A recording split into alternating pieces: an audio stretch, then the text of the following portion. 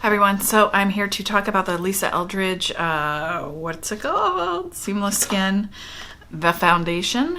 And I got a sample card of the light shades, and so I do have a demo of me applying shade number 1. Today I'm wearing shade 2.5, which is the light with olive undertones, as opposed to the number 1, which is very light with neutral undertones. That number 1 shade, just undertone wise, is not the best fit for me. So before I get into it too much, I have two kind of groups of swatches because I was a little bit not thinking straight.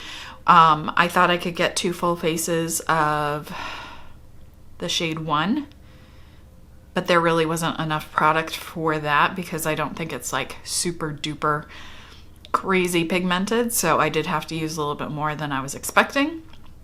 And so I didn't have enough for like a good proper swatch left, but I did do some swatches on my hand. So swatches, let's take a look at them. Okay, so this one here, that's what's on my face today. It is number 1 in the Lisa Eldridge line. The thing that I found that was closest to what I had in my collection, I had a hard time because it's a little bit more pinkish than most things that I have, and it is the MAC Pro Longwear Nourishing Waterproof in NW13. That's that one weirdo MAC shade that's a lot paler than any other thing they have in any other line. But what I did find that was quite close, very close, was the MAC Pro Longwear Nourishing Waterproof in NW13. For reference, this is NC10 in Studio Effects, and it will get darker as it dries. Okay, so this is shade number 2, which is a lot more orangey. Shade 2.5, which is what I'm wearing on my face today, which has more olive undertones. Shade 3, which I think is brighter than shade 2. But it also is kind of that bright peach kind of color. This is Lancome Technical Ultra number 95W, and it's one of my favorite formulas, and it has a very nice undertone. It's on the dark end of what I can wear.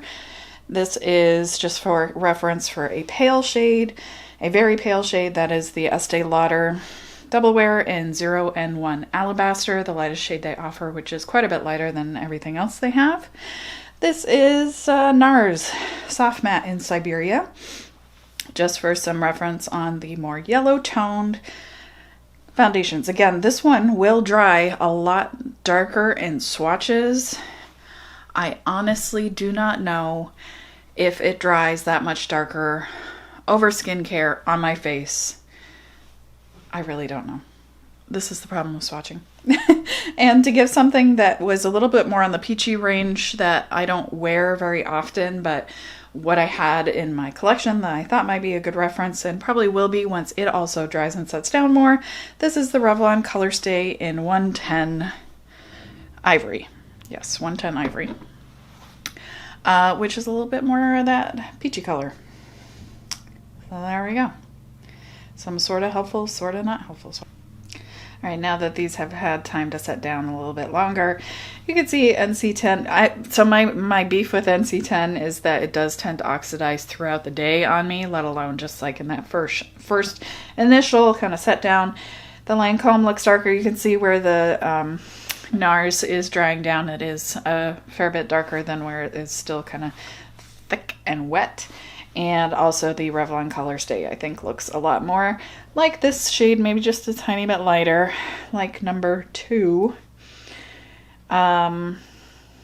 So there we are, dry, oxidized, somewhat, but on a blank, unmoisturized canvas. Okay, so there isn't any shade that I would say is like a perfect fit for me. I think that the lightness on the lightest shade is not going to be light enough for everybody. If you're paler than I am, it's not going to be light enough for you. It's not the palest thing out there, but I do, you know, think it's going to work for somebody if you have my skin tone around there. My undertones, though, I think kind of clash with it. It's my undertone is a little bit more of that kind of cool yellow, and the undertone on that one is just a little bit more, it looks a little bit more like light pink peach on my face. I think it just clashes a tiny bit. I am very picky about these things, and I will wear a lot of those things even if I don't think they're a perfect fit. But people are going to notice out and about in like actual everyday lighting. Nobody's going to notice or care. You know, having all of these lights blasting on my face, it does make my face look a little bit lighter. And there's only so much I can do about that. You know, I need enough light for the camera to get like a good picture. But it also means it's going to make things like closer to it look brighter than further away, and my neck is slightly further away than my face. You know how it goes, okay? It's ridiculous. But I do get people kind of coming after me occasionally about what they think that it looks like on my face. I'm like, well, I can see it in the mirror. So this shade 2.5 is a nice fit, like on my face. My neck is lighter, my hands are lighter, my arms are lighter. You know, everything else basically is lighter because I just have a lot of freckles and redness on my face that kind of makes it look darker than the rest of me. So generally I try to go a little bit lighter on my face than what might be like a perfect match. Just because I want something that's going to mesh a little bit better. I don't want it like an exact match to my neck because then sometimes I think it can look a little stark. So generally, I do try to go just a smidge darker than my neck.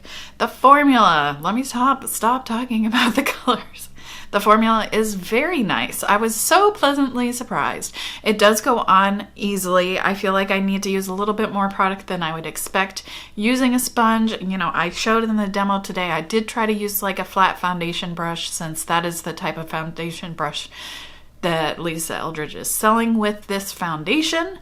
Though the flat paddle brush I did use was a little bit more on the thick side. I don't know. I had wet foundation on my face that I know sets down fast, so I grabbed the closest, easiest to find, like flat paddle foundation brush that I could find and just started using it because I didn't want it to set down.